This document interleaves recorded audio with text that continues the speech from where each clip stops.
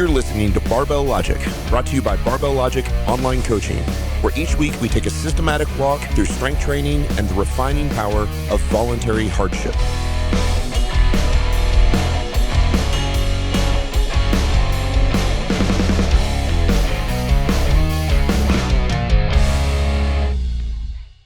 You're listening to the Barbell Logic podcast. I'm Matt Reynolds. I'm here with my podcast co-host, Niki Sims, and we are joined today by a friend of mine, Brett Bartholomew. Brett wrote a book a few years ago called Conscious Coaching, The Art and Science of Building Buy-In. I love this book. We actually talked, Brett and I got to meet each other. We were speaking in Fargo, North Dakota, which is a long way away. Never saw any wood chippers. No.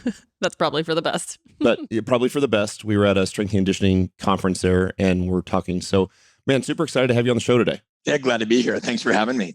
I love it. First off, you've got the strength and conditioning voice. You always have. Every professional strength and conditioning coach I know has a voice just like yours. You sound sort of like a combination between Macho Man Randy Savage and a high school football coach. That gargled glass, a high school football coach that gargled glass. You've clearly been yelling for some years now. Right. Yeah, you got it down. So, by the way, I read your book for the first time on the plane home, or at least a big chunk of the book on the plane home from Fargo after meeting you and talking. We both spoke at this conference and got to hang out a little bit. And I could tell that we were going through a pretty big transition at the time in our business, but I could tell that you had honed in on something that was really important to us. Coaching in general seems to be this thing that's all about people who are just constantly pursuing knowledge. They read the books, they read the studies, they do the things, and they learn the techniques. And you even talk about some. There are actually a large group of people in the training business that don't even do that. But the ones that try to establish themselves as professionals do that. But they often forget about this conscious side, the empathy, the compassion, the connection, and that real art of building buy-in and building trust. And so for us at Barbell Logic, we really focus on being a client-centered company. It's important for us to not just put someone into a template and say, you have to follow our line of thinking or our program, and whatever that is. And so as I read your book, it really struck a chord. And then I read it again in preparation for this interview. And, I told Niki, it's wild how completely separately, not working together, you've come up with so many of the same ideas that we have about what really makes an effective coach. And so I'd like to talk a little bit and start with where you are today so we can kind of so if you'll give our listeners an idea of who you are as a coach and kind of what you do. And so you're not some guy who's just the internet jockey that's sitting at home typing on his computer on message forums all day. So tell us a little bit about who you are today, and then I want to dive into your background. Yeah, well, first of all, thank you for that. I appreciate the detail and the nuance, and you even reading the book, let alone reading it a second time. That's never taken for granted. I always give the above the full description because I never want to bore people with 10 minutes of who I am. My background, as you alluded to, Matt, is in strength and conditioning. I've been a strength coach for 15 years, primarily now working with, and still professional athletes, military. I really got started early on working with other fighters. I worked in the collegiate space at the University of Nebraska and Southern Illinois University, pretty much worked with 23 sports across the board. And you alluded to it well in terms of differentiation of kind of guru and what we see in the digital age versus people have done it, boots on the ground. And I liken this dichotomy to there's experience and there's exposure, right? A lot of people have exposure to certain topics, right? And this means that they've observed other people doing it, or they've read about it, or what have you. Experience is obviously leading, guiding, directing. It's having skin in the game, much like you and Niki right now, you guys leading the conversation in the podcast, as opposed to somebody critiquing a podcast that's never done one. So a big thing that I got into earlier is I wanted to coach whoever I could, and my background, my master's degree was in motor learning. So while I was coaching athletes in the collegiate space, I was also focusing more on motor skill development, specifically the role that language plays in skill acquisition. So if I tell somebody to do a vertical jump and I use technical jargon, like extend the ankle, knee, and hip versus, hey, push the ground away or jump as high as you can, what role language has on performance, right? And that just continued to deepen my interest in, all right, well, if something this simple can influence our motor system and help us deal with constraints that we're all internally going to have when we do novel tasks, what else influences us? And that leads to a lot of what we're talking about now with power dynamics and communication and building buy-in. But that was a necessity for me because at 25, I found myself working with professional athletes. And you guys can imagine that power dynamic. Here are people worth collectively anywhere from $16 to $55 million. paying a 5'8" white kid from Omaha, Nebraska that can't run like them, can't jump like them. And you've got to find a way to connect with them. And I learned real early how you don't do that is by trying to show them how smart you are, which I certainly made that mistake. I had come up under a coach named Andy Barnett, very sharp guy in his mid 50s at the time, if I recall, had worked with the Giants and had worked with the University of Wyoming and Lake Placid. Your prototypical strength coach, very knowledgeable. And then here I came at 25, no facial hair at the time, hadn't really grown the beard out. And I'm trying to follow in the footsteps of this enigmatic, wise old coach. So my goal in trying to help these athletes feel like, yeah, Pro Bowler wide receiver who's been in the league 10 years, I got you. And I use a lot of jargon, and for some people that might work, for other people it doesn't. But essentially all coaching is a process of social influence while helping guide people through constraints. So that became my sole focus. So yeah, over the course of 15 years, worked with a wide range of athletes. My doctorate now is in power dynamics, social influence, specifically how do you communicate in high stakes situations. And I can think of fewer high stakes situations in the athletic realm than dealing with people who perform at the world's largest stage. So happy to elaborate off any of that. No, that's really good. I want to talk some about how you got started. You've got a really intense story from when you were in high school. But before we even get there, it's interesting as I thought about this book about building buy-in and the idea of building trust, the difference in the technique that it takes to build that as a coach if you are in the public sector versus the private sector, right? So one of the things that I've noticed, I have some super close friends who are Division I and professional strength coaches, especially at the Division I level. The athletes are required to go to the gym. So it's like, listen, you want to be on the football team, you want to be on the track team, you want to do this thing. This is something you have to do. And so they may do it begrudgingly from the very beginning. And you've now worked in both sectors significantly. What difference are you seeing between you still have to build trust and you still have to build this relationship as a coach and spend time to where the athletes, I'm sure, feel like there's empathy there, not just feel, there actually has to be empathy there and some compassion there and build that relationship versus one thing I've noticed with our clients where we tend to coach general population, middle-aged people. There's no stickiness. Nobody's making them come to the gym. Nobody makes them train. If you don't build buy-in and trust quickly, they're just going to quit. They're just not going to be here. So what differences have you seen between that public sector versus private sector in coaching and building buy-in and trust? Yeah, quite a bit. I mean, working in the team setting, right? Like you alluded to it, if they don't do something, and we generally look at any time we have an influence attempt, which coaching is a process of influence, you're either going to be met with commitment, compliance, or resistance. And we can get into the nuances of that if you want later. But let's say somebody is just being compliant or maybe even resistant in the team setting. By and large, there's a power broker there. There's somebody, the head coach or what have you, that person's going to do it, or they're going to be kicked off the team, or their playing time is going to be altered because of that. In the private sector, there again is that inherent dynamic, working with my guys this morning, they pay me. So to the layperson, right, I work for them. That's right. But in reality, coaching is dyadic. And so you look at that and it's like, no, I don't work for them and they don't work for me. We kind of have this mutual give and take. And such is the nature of power. Power is situational and it is dynamic. It's fluid. It's ever changing. Even in the context of this conversation, when you're asking me a question, you have the power. Right now, I have the power, but ultimately, who has the power is the audience. Because if they decide they don't like you, me, or Niki, they're going to quit listening. Yep. And so I think, this is where we focus on art of coaching, a lot less kumbaya. Hey, we just want to love up the athletes and what have you. A lot of this is really helping coaches or however people define themselves, understanding more about power literacy and communication in these situations. So I think personally in the private sector, it's more difficult. That's inherently why I'm a little bit more addicted to it. I like the messiness of communication. And this has to do with how I got into the field to begin with. I came up against a lot of situations early in life and even later in life. And I think we've all been through things, right? Whether that is an interesting business partner, whether that's something as a child, whether that's something in a toxic relationship, where you start learning more about how to tap dance around interesting interactions.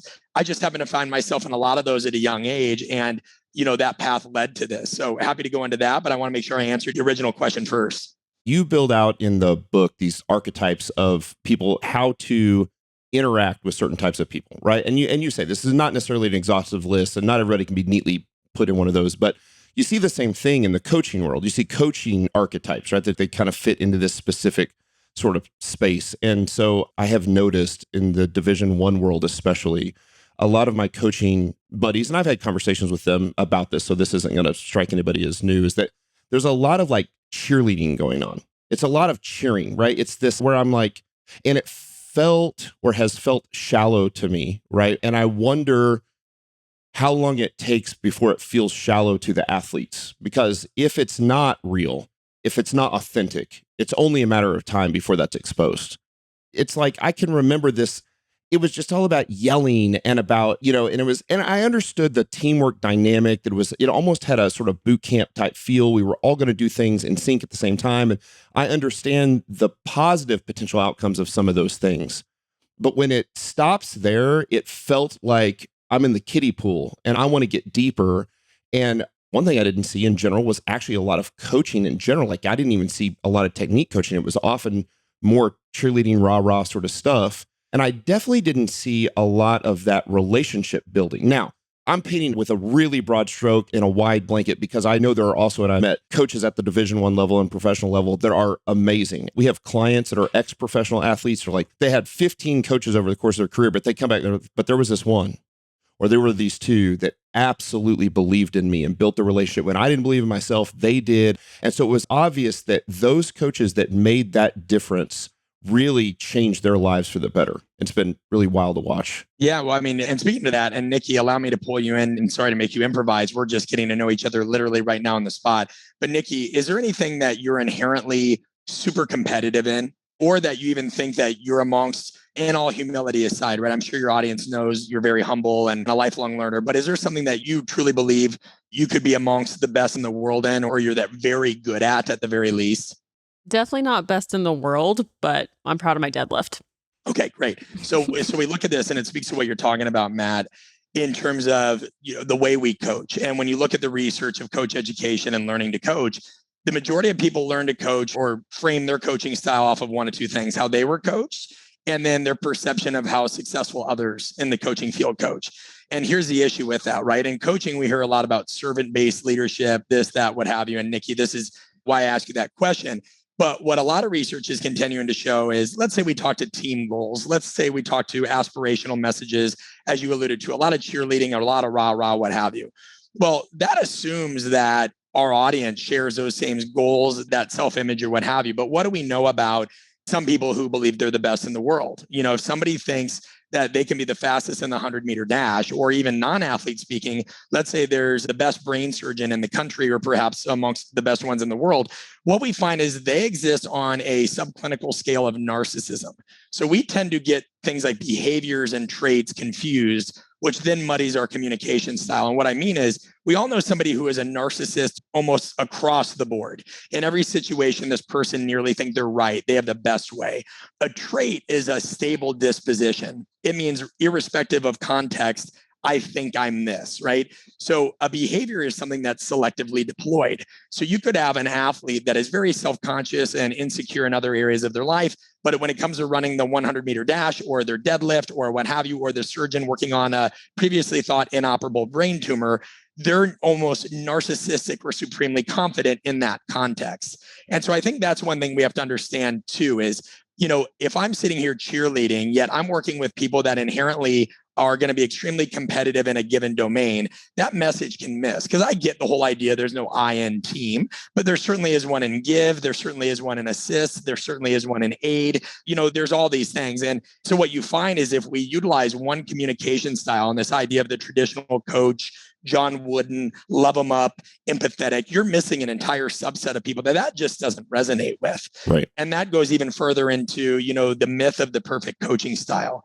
A lot of what we teach has nothing to do with you should coach this way. That would be a gross error. That's like saying everybody should lift every single movement across the board the same way, when we know there's differences in anthropometry and biomechanics. Of course, there's things that allow us to provide better leverage or produce more force into the ground through enhanced kinetic linking. But everybody's going to have their own movement signature to a degree. Yep. And that's why you're absolutely right. The way that people coach through rah-rah and cheerleading and hype them up and all this, a lot of times that just creates to tone deaf atmospheres, and people mistake compliance for commitment when really their athletes aren't paying attention to a damn thing they say.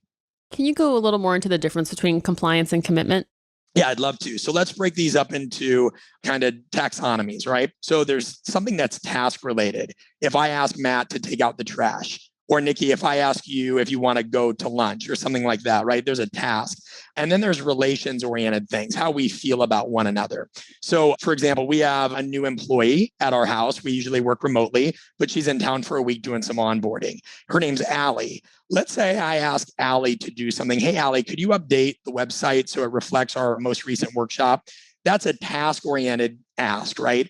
Now, compliance and commitment, the difference between is how does somebody feel about the person and what they're asked to do by that individual. So if Allie understands that she needs to update the website and that's the right thing to do, she's got a positive task association. But let's say Allie doesn't like me. Let's say she's witnessed some kind of behavior, or maybe our workshops are awful and Allie doesn't, she's not about that.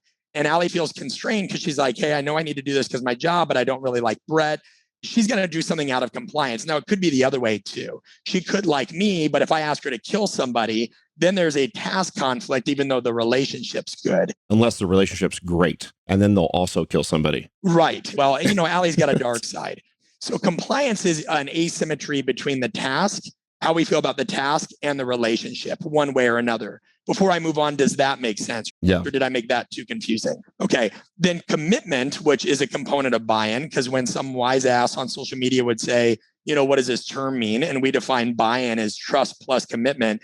Commitment is when there is positive task orientation and positive relation orientation. I feel good about this individual and what they're asking me to do. So they come together and you see this, like they are closer together. There's less difference between the two and they come up, right? So they're both now at this high level. 100%. So as Matt, you alluded to earlier on, let's say I'm a rah-rah cheerleading coach and, there's somebody that's not buying in and I go to the head coach and say, hey, Ramsey isn't really listening to what we're doing. He's slacked off on the training session, what have you.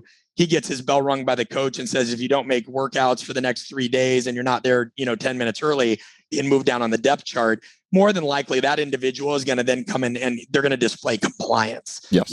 Very different than commitment. So does that make sense in terms of the nomenclature? Yeah. And then the resistance is just the opposite, right? It's sort of both bad and they're dropped low. And now you start to see tension, this like butt up against each other. 100%. And it's important that people understand that because that goes into how you coach digitally too, and any interactive. So we have to be able to understand the difference between compliance and commitment. And a lot of that comes to meeting people where they're at. And then perception, right? Perception is a very tricky thing. It's essentially how we make sense of our sensory stimuli. There's 8 million people roundabout in New York City. Do we think that they all agree on what the best pizza is? Of course not. And do you think all of them, some of them think the best pizza is farm to table organic ingredients? No, some of them think the best pizza restaurant is really a hole in the wall where they had their first date or their dad took them, when they were young. So value in general is subjective, let alone the messages we send and receive daily and what they really mean. You've got this really powerful story. I keep alluding to it from when you were a kid. You got really into fitness, exercise, and it seemed like it started in, at least my perception of reading this, like it started in sort of a healthy place that you were just like, I want to perform better and I'm going to do whatever it takes. And I've got this intense work commitment to be able to continue to improve my performance.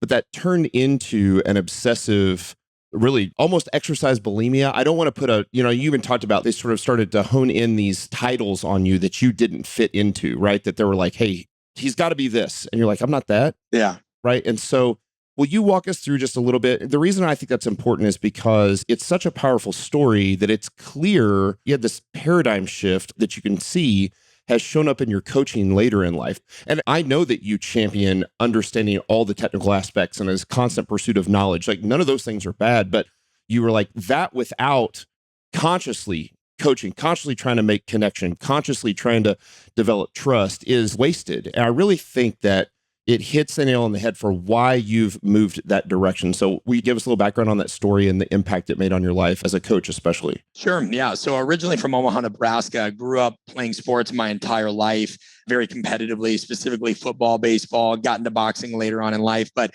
at one point, my parents had split up and we moved to a different part of the city. And I went to a high school that was in a relatively well-to-do part of town. And within that, you saw, I mean, there's no other real term for it, a lot of yuppie parents who really wanted their kids to be about as popular as, almost living vicariously. So you had a lot of wealthy kids with not much to do. My parents grew up poor. We lived in probably a middle income family, slightly above, what have you.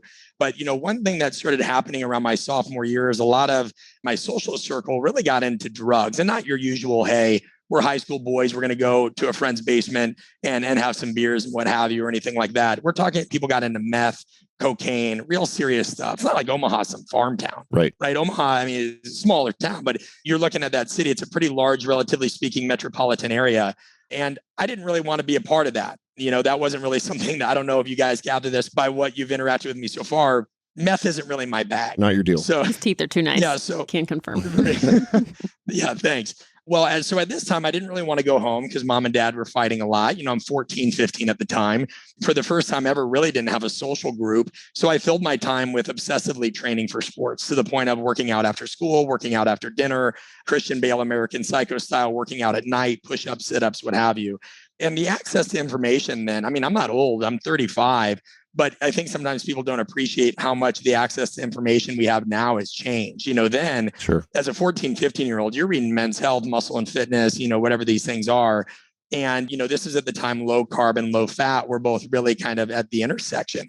So like any good absolutist, I did both. So here I am, a 15-year-old kid. Eating protein only. Yeah, right. Fat-free egg beaters, turkey bacon, and all this stuff. And have some obsessive compulsive tendencies because I want to be just whatever the ideal or perfect athlete is. And, just essentially you kind of get the idea of where this is going. One day I was running around the school because a certain amount of times around the school was a mile, big high school, and blacked out. Went to the doctor, found that I was at risk of cardiac arrest based on where my vitals were, near heart, kidney, and liver failure overall. And I'm going to fast forward a good bit here. Over the course of 6 months, went through an outpatient eating disorder hospital because they said, hey, we need to regain the weight. This individual is participating in food controlling behaviors. And a lot of this was a way to rid me of anxiety and depression. It wasn't like I thought I was fat, right? I didn't eat pizza and think, oh my God, I'm going to get fat. Yeah. Anybody that's probably dealt with depression or anger knows that at some point you just kind of become this machine and you're not very aware. You just do things and you do them mechanistically, and it's a high and it's a drug. Eventually, I went from what was a healthy, albeit scrawny, 135-pound sophomore in high school to about 96 pounds when I was hospitalized. So I'm skipping a lot, as you know, Matt, going into it, but I was hospitalized for a year of my life in an inpatient eating disorder clinic in Minneapolis, Minnesota. They diagnosed me with what was called anorexia NOS, not otherwise specified, meaning I didn't fit into, and you alluded to this as well, the bulimia category, or it's not like I wasn't eating. Exercise and training became my drug. Yeah. So to paint a picture for the audience, you wake up every day at about 5, your blood's drawn, stripped naked, or weighed in a gown. And out of everything, right, the absurdity of this metric, your BMI determines everything. That determines the amount of calories they feed you when you're released from this hospital. Now, I'm a minor, so I can't just leave. You meet with a dietitian who they don't want you focusing on calories. So you select a menu based on, the diabetic exchange, protein, carbs, fat, dessert. I was about on 6,000 calories when I was in there. Niki, you can't stand up because of non-exercise thermogenesis. You'd be burning more calories. You cannot fidget. You are put in a day room surrounded by plexiglass with other patients where you're under constant observation by nurses. If you do fidget, if you do stand up, if you do anything with that you're burning calories, they will rap on the window and give you a warning. If something else happens, they will give you another warning. If it happens a third time, you will be given a boost or an Ensure, a caloric replacement for anybody listening that's unfamiliar, or you'll be fed intravenously. The only thing you are allowed to do when you're not in that day room is either go to groups where you kind of share your thoughts and feelings or what have you, or you're eating 6 times a day in a dining room that is a glass rectangular table with nurses on both sides. The table is glass to make sure nobody's cutting themselves underneath the table or they're not hiding food and what have you. And let's say Matt on the menu that day was something that was 2 carbohydrates, 1 fat, a milk, and whatever. Well, that might be cheese pizza from the hospital cafeteria with respect to that. Now, if there's pizza sauce or cheese or crust left on your plate, Matt, you are expected to eat all of that because clinically they need to account for every calorie. Right. To the point where, and I'm a 15-year-old boy in this hospital. One time we had mashed potatoes and gravy. I was told to lick the gravy from my tray. Jeez. You want to talk about commitment, compliance, or resistance? Right. I believe, and I want to be respectful of the terminology here, I told that nurse to kind of, blank you. Yeah. I'm not going to do that. I was made to drink a caloric meal replacement of the equivalent of what I did not consume. And so you are not allowed to go to your room unless guided by a nurse. If you use the restroom, Niki, everything is collected, meaning you get no privacy regardless of how you are going to the restroom, because they have to manage and measure all these different things. So the picture I'm painting here, guys, is, apparently this was one of the world's best facilities. You have psychiatrists, psychologists, nurses, doctors, and dietitians. Across the board, people who are technically proficient at the science of what they do, right? But none of them were able to really connect with any of us. We were treated very much like faceless, nameless subjects. When it was my time in group, if I said, hey, I'm here because of a combination of anxiety and depression and anger, I was told that I was non-compliant. I wasn't admitting that food was my issue, and I was usually punished or given more antidepressant medications. So to finalize this, and I'm happy to answer more questions about it, when I left the hospital, when I did indeed leave, as I got on the elevator, and I swear this on my son's life, I had a woman who worked at that hospital as the elevator door closed, not say good luck, not say we wish you the best, but tell me you will be back. And she said this as my parents were leaving with me. And so, after I got out of that hospital, I knew I didn't want to go back. And what I had done one day when we got a field trip, when we had to leave for about an hour, is I had gotten 2 books, Complete Conditioning for Football by Mike Arthur, who had worked at the University of Nebraska, and Nancy Clark's Sports Nutrition Guidebook. And since the hospital would control what you watched on TV and would not let you read because they didn't want any diet-related paraphernalia or messaging, I had to steal these books and place them in the covers of different books. One was some inspirational book. One was a book on golf. And so one of the nights before I had left the hospital, I had read everything I could because I knew obviously the way I was eating and training wasn't working. That led to me gaining about 56 pounds over the course of the next 3 months. I had actually had a feature, ironically, in Muscle and Fitness magazine. And it was from that point on, I knew I wanted to get into coaching because I wanted to educate people on the body and the limits of the body. But also from a psychological standpoint, I was very interested in it because I got a master class in social and power dynamics in this place, how patients hid and lied, how nurses and doctors did things, how they would prescribe you more meds based on funding they were getting or them not wanting to actually do work to get to know the patient. So that is what set me on the path to ultimately become a coach. My favorite part of that story is, as I read it, it feels like you felt like you were in prison. I mean, it feels like a prison is what it feels like. Very much so, yeah. And where everything is done, this is the way we do it here, and you have to comply or else. And they would use threats to get you to comply. And of course, you would comply, but it was with resistance, obviously. Like, you didn't like the people, you didn't like the task, and you recognized, you could look around and see that the thing you had in common with the other people that were there was the depression and the anger, but you weren't anorexic. You weren't orthorexic. You had developed an obsessive, compulsive behavior towards exercise. So you could see that there was something different. And then there was this thing, there was this ray of hope, which was Dr. Katie. And in that, can you talk about her a little bit? Because to me, that was the thing that you saw how not to do it. And then all of a sudden, Dr. Katie showed you, like, this is what happens when you actually connect with someone. What was that relationship like? Yeah, and I appreciate the depth of the research. I think I've been asked about my background at least 100 times on a variety of different podcasts, and nobody went to the depth of that. So it's one thing for a host to say that they've read something and another one to actually display it beyond the superficial. So one, I just want to tell you, I appreciate that. Yeah. So inevitably, me being the problem child in this hospital, you're shuffled around to different psychiatrists and what have you. Oh, we can't reach this guy or what have you. And there was one person, as you alluded to, that actually listened. And I changed most of the names in that book, right? Almost all of them are pseudonyms, but, I'm happy to mention her real name is Kathy Wise. And Kathy, listened to my story and she asked me a lot of questions indirectly, right? Not these psychoanalysis, psychobabble kind of things. She got to know me. And a lot of the conflict here was also with my parents, right? Because my parents could go off the bias of all I see is what there is. And they saw an emaciated, individual that, is their son, and they're going to believe the people that have these credentials, right? So this strained my relationship with my parents a tremendous amount. And it was through Kathy Wise that we were actually able to reach my parents of her saying, this is not the place for your son. And the minute that his BMI, since that was the metric that they used there, the minute his BMI is at a certain level, I'd really encourage you to get him out of here. And so it wasn't without that kind of coalition-based tactic and her backing and her being able to frame that up and really not so much a rational persuasion-based appeal, but one of telling the story of as she heard it and helping my parents better understand the manifestation of those symptoms that led to that. And so, I mean, how many times do we see that, right? I've worked with athletes that have been shot, stabbed, seen their parents killed from rural Iowa or from Miami-Dade County, and members of the military that have, become amputees and seen just about everything that you could see. And it's funny, we're so in love with systems, especially on the training side. Now, with some respect in the training side, that makes sense, right? We need to have appropriate progressions, regressions, and proper periodization. But when we do that at the expense of understanding how to periodize for people, when we do that at the expense of knowing how to adapt and undulate the nature of our interactions, be able to say, hey, within social dynamics, there are also tactics, just as there are exercise to derive an adaptation from physiology.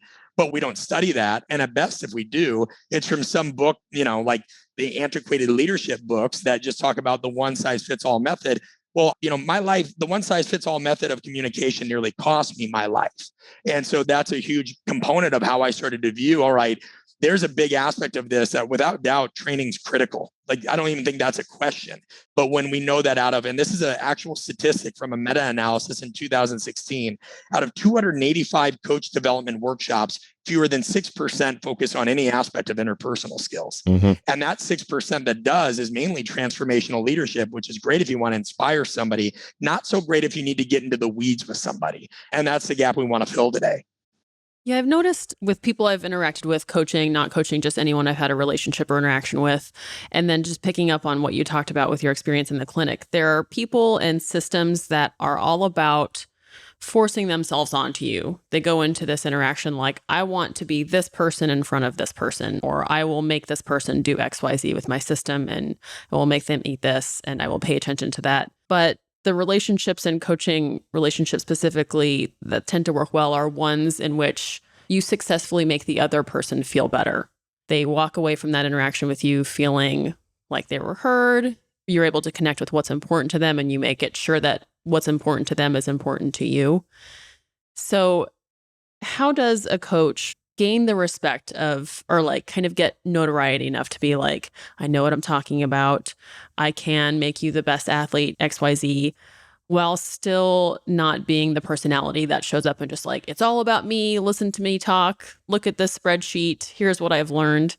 How do you get to that ability to connect? Or even the other way around. The other one, which is just like, let's just rah-rah cheerlead all the time. Right. You're the best. You're the best. Empathy, only empathy for the sake of empathy because I want you to like me. How does the coach find the balance there to actually build authentic trust? Yeah. So if I'm hearing your guys' question correctly, you're saying, hey, given all this and the complexity, what's the path forward of building trust? Is that what I'm hearing? Yeah. Like it seems like a reputation is important. Sure. And especially for newer coaches, and I think a lot of our audience members are people who want to become coaches, and they're probably sitting there like, how do I get new clients? How do I prove that I'm able to do this? Okay. When it seems like, I believe that the most important thing is being able to connect with the person who you're in the same room with and understand what's important to them. How can they balance that? You mentioned in the book, like maybe imposter phenomenon and and them like not having a ton of experience. Yeah, no doubt. So I'm going to give you, and again, I don't want to eat up a ton of air with a monologue. So I'm going to go in a certain direction and then I'll see if that's resonating and then we can alter it.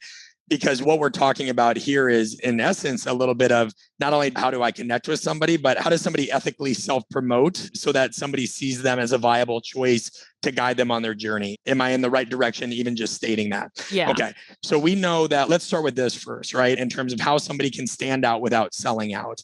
And I realized real quickly, it was interesting. I'm sure you guys learned this with your company as well. When we started off doing what we do at Art of Coaching, we focus primarily on building buy-in and what have you, right? We wanted to help navigate the social nuances of interactions. But then we started getting a lot of business development questions. Hey, Brett, I want to write a book, or I want to do this, or I want to brand myself. So we inevitably found that by talking about communication and social dynamics, by default, we also have become a marketing company of guiding coaches on that journey. And we have a whole course, not to shameless plug, called Blind Spot that helps individuals figure out how to ethically brand and market themselves. The short answer is this, and there really is no short answer, but what you're talking about in essence is some form of differentiation. So we look at this, and they talk about this in multiple forms of business schools. For example, Walmart doesn't really compete with Target. Walmart wants to be a low-cost leader, and it's very broad. That's why you can get lunch meat and lawnmowers there, right? At Target, we know they're going to be low cost, but their clothes and some of the other things they do, they try to have a little bit more upper echelon. If you want a more direct comparison, you could look at like a Walmart and Aldi, right? Aldi sells food and it's low prices, but you're not going to get an air conditioner at Aldi. Now, let's look at another differentiator. Do you guys think that the local coffee shop down the street really competes with Starbucks? Not at all. Do you think they're a direct? No, because Starbucks is an international, it's a global chain, right? So while, yes, both might have expensive, relatively speaking, compared to making it at home, cups of coffee, your local coffee shop is not competing in a global market. So we're already talking about three different things here, and I'll make sure I relate this to coaching in a moment. Just stay with me. Then we look at somebody who's purely differentiation based, right? They're not trying to win low cost. They're not trying to go broad. They're trying to go expensive and niche. And you think of a company like Tesla. Now, granted, they've made the Model 3 and the Model Y. Tesla does not compete with Mercedes and Ford, right? Tesla does not make any gas vehicles. Tesla makes electric vehicles, and you can get different kinds of those things, but that's where that is. There are some coaches that say, I want to be the best coach and I want to train everybody. And by the way, pricing wise, it's a race to the bottom. And we see that. These are people selling $12, $15 programs on Instagram. They're just trying to, it's that lose your belly in 5 days, what have you.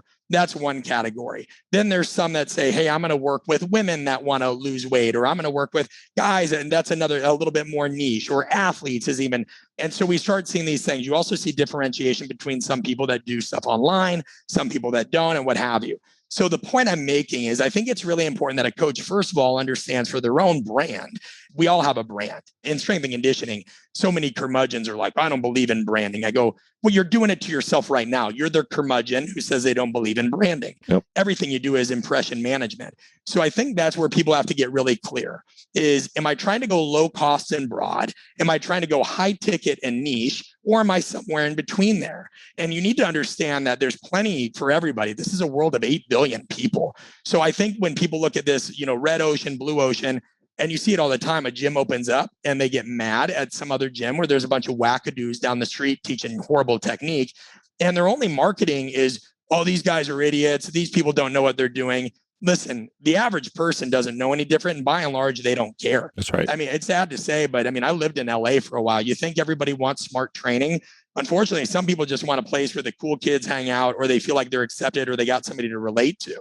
So I think in our field, people have to recognize that you're not just going to rationally persuade everybody to death, that you've done this, value subjective, and that you have to get really clear about your messaging. I'll give you a very practical example. I've trained athletes the vast majority of my life.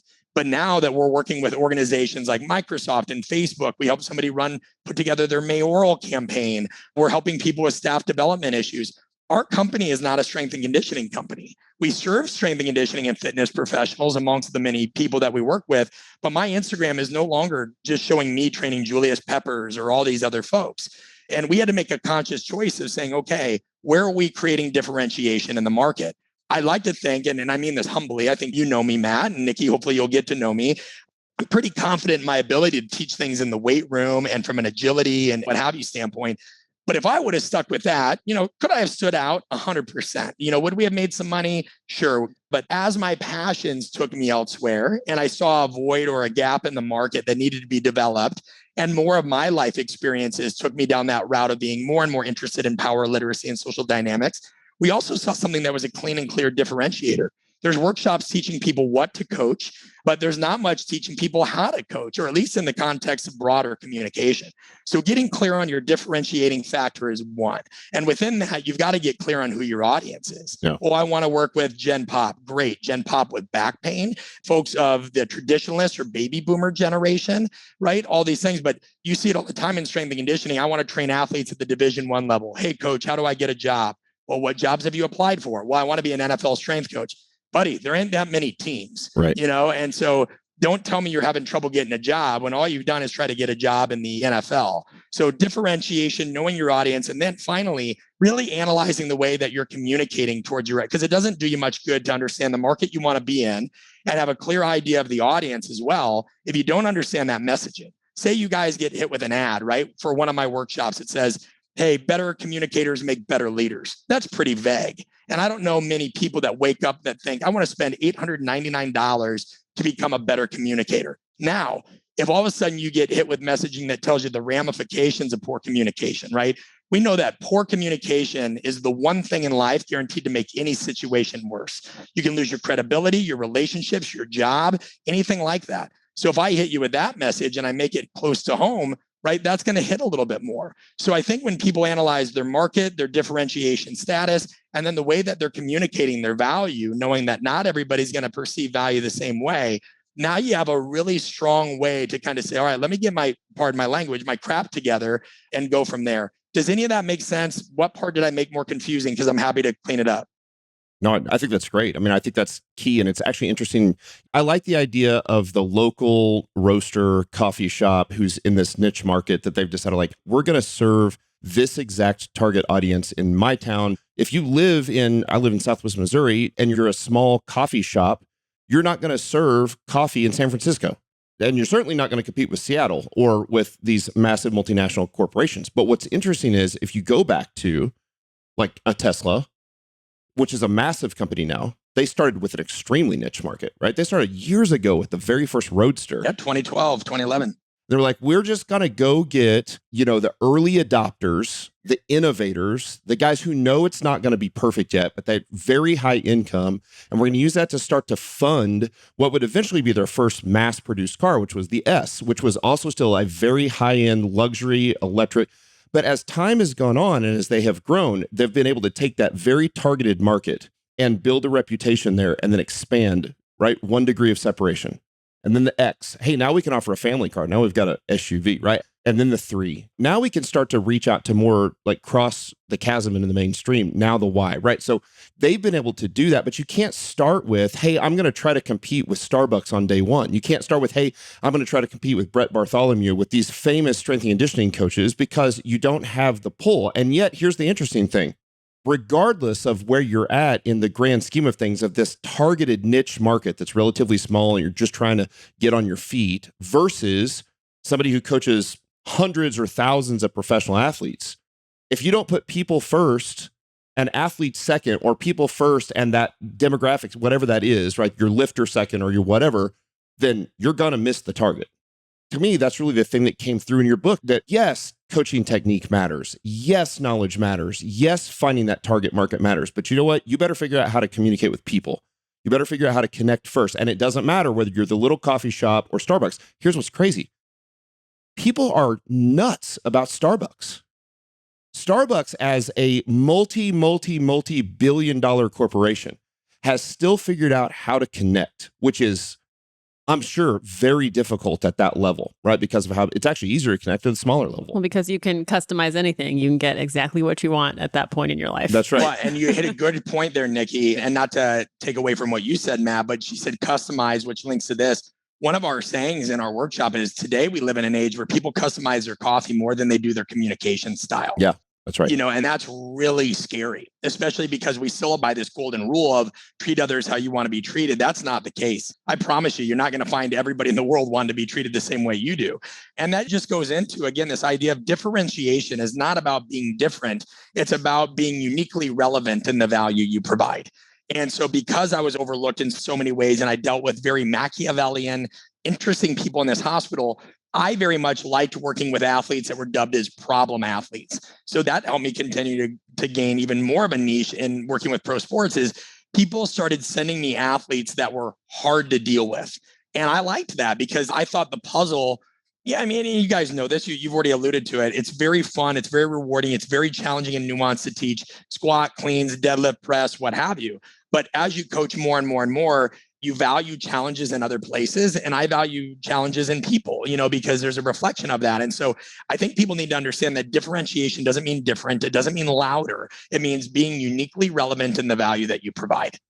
When you are able to establish this amount of connection with someone who you're working with, that can be sometimes for your clients, you might be the only person who's able to connect with them like that. Or this is the one place in their life where they're just like, finally, I feel heard. And so much passion goes into it. And we've seen with our coaches that there can be a lot of boundary issues where the client is blowing them up on their cell phone and they're posting so much about their life. It's like, great, I finally have that connection. But now it's like, a little too much connection. Yeah. Have you had to, or have you learned about dealing with boundaries when you've done a really good job connecting? Yeah, I think, and we deal with this just with coaches that we coach now, especially, right? Because that's a huge part of our demographic. And it just happened yesterday. We have somebody that's a great coach, been a part of our ecosystem, done our mastermind, done several courses, what have you. But they also have my number.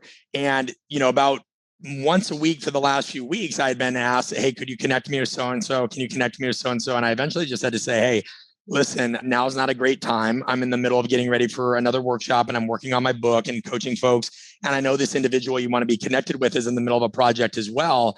I'm going to have to say no. And then I said, and I'll just call him Paul for the sake of discussion. I'm like, Paul, you need to understand, I know that you want these connections and that you're in a rush, in a way of speaking, to continue to build your network. But that's not going to come just through third-party connections. That's going to come from, by and large, just you keeping your head down and doing your job so that when these connections are made, you actually have some kind of product or value to provide that other person. And so I actually have to deal with boundaries more with the coaches and leaders that are a part of our ecosystem than I ever did my athletes.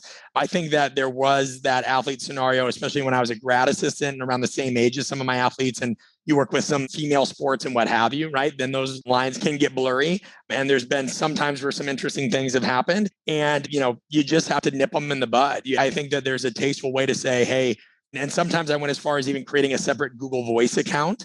And that Google Voice account was what I gave athletes or clients. And then my own phone number was mine, and that Google Voice account right after a certain time at night, that didn't get answered. And then I couldn't get riddled with text and what have you. So I'll stop there. But if that doesn't, give enough examples, I'm happy to keep going. Yeah, no, that's really helpful. I think it's one of those things that feels unique to us. I'm sure it's not, but because one of the big advantages that we have in the market is because we have 50 plus professional coaches. And because we very much align with the culture and the value system that you've laid out of people first, that goes across the board for all of our coaches. Like, we are a client-centered business. That's what we do.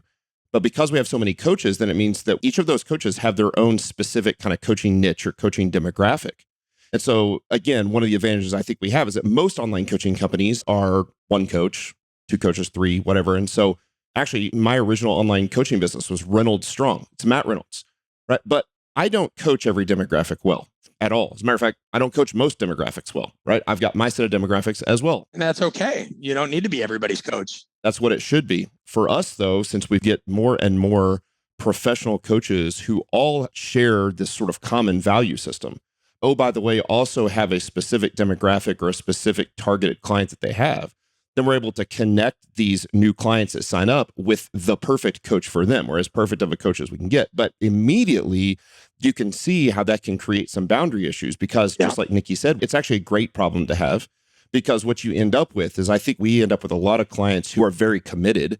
We are not met very often with all of that resistance. If it's resistance, they just quit, right? But that's pretty rare. Churn is really low.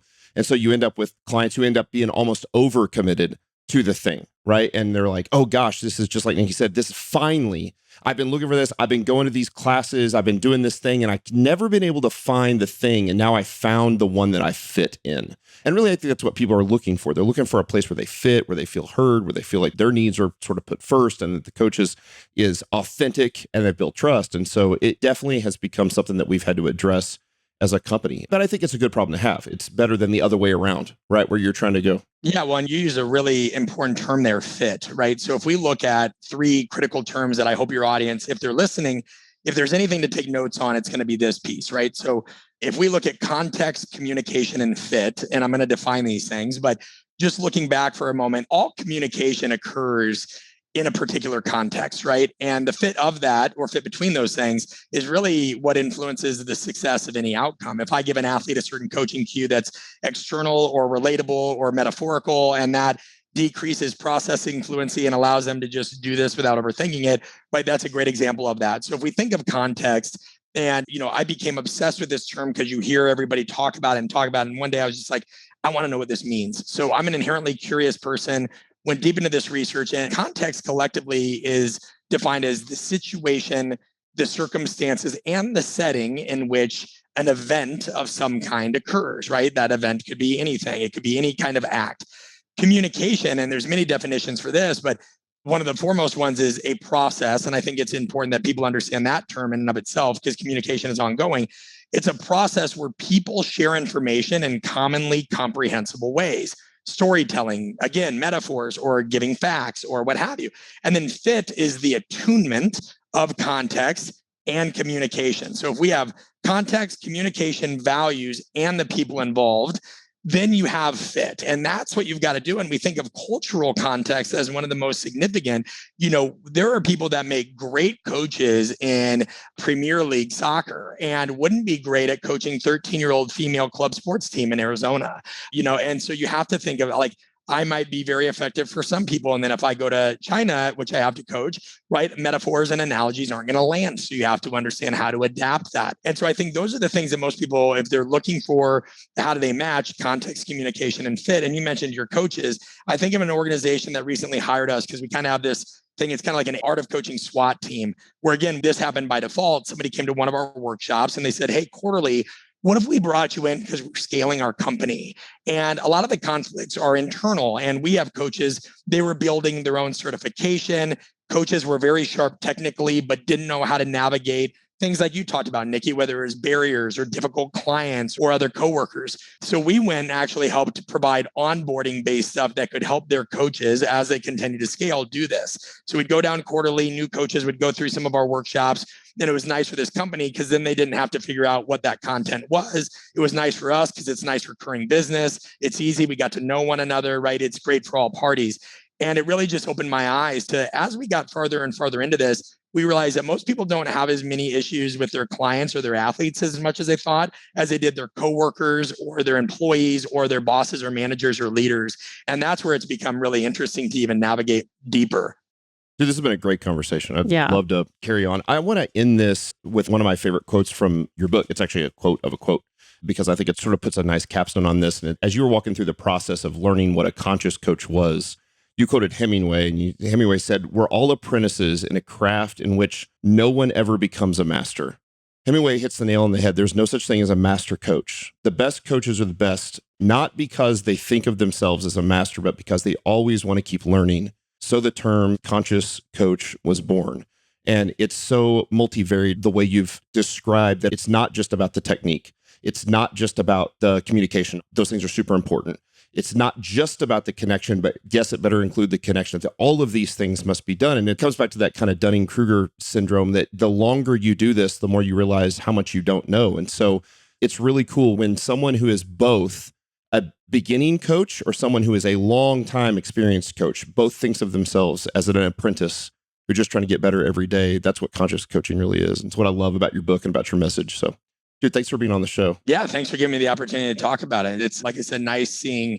I think for a while there was a lot of friction with some people in the field that thought, having these discussions meant that we were going away from training. And that's a really, I had Thai food last night. That doesn't mean I don't like fajitas. And, right. It's always nice talking to people that understand that there's still this whole other aspect to explore. But I want to make sure I say that I get it.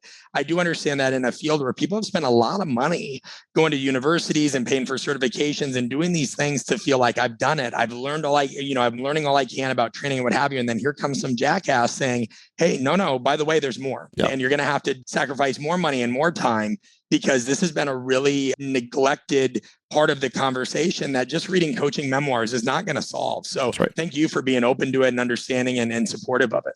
That's right. That's good. How can people find you? Real simple, artofcoaching.com. My social media and everything, our live events, our online courses, all of which are CEU approved, All of those things are on there. Again, just artofcoaching.com. Our live events are back on. We have new dates added every week. They are not just for people in the fitness or strength and conditioning realm. It is not uncommon to come to one of our events and see an FBI agent, a pararescue man, strength coaches, somebody in the fitness world, a massage therapist, and an athletic director in these workshops. And that's really what we're doing, is drawing those diverse conversations between what makes an effective leader across the board and seeing what conversations people can have. So we have our own podcast as well that people can find on iTunes or Spotify and all the other ones, just called the Art of Coaching Podcast. So artofcoaching.com will take you to all those places. Very cool. And then just to tease out, you're writing your next book. What's the expected publish date there? Man, Lord willing, because we're shopping that to publishers right now, and that's a power dynamic in and of its own. We're hoping for, at the time of this, right, we're talking in May 2021, we're looking at mid-year, and that's ambiguous for not holding anything back. We just don't know yet, Sure. 2022. So kind of depends how I get my doctorate done and how this 17-month-old who's crying right now continues to navigate being sick every other damn day so I can get this stuff done. There you go. Brett Bartholomew, thanks for being on the show, man. It's been great to have a conversation. It's always nice to talk to a like-minded individual. Really appreciate you doing Matt the show. Niki, likewise. Come to our event anytime. We're happy to have you on the house. Well, thank you. Be a blast. I'll be there. Yeah, we'll do it. Thank you for listening to another episode of the Barbell Logic podcast. If you've received value from this, and we certainly hope you have, definitely, one, subscribe to the Art of Coaching podcast, and you can hear more from Brett. We would love a 5-star review for Barbell Logic. I'm sure as you listen to Art of Coaching podcast, they would love the same. We would always love to have those 5 stars, and then also just share it with a friend. Like, these conversations are important and they're really broad reaching. They can affect everyone in positive ways. And so you don't have to be an experienced coach. You don't even have to be a professional coach. This stuff really carries through regardless of what you're doing in life. And so thanks again for listening to the show, and we'll catch you next week.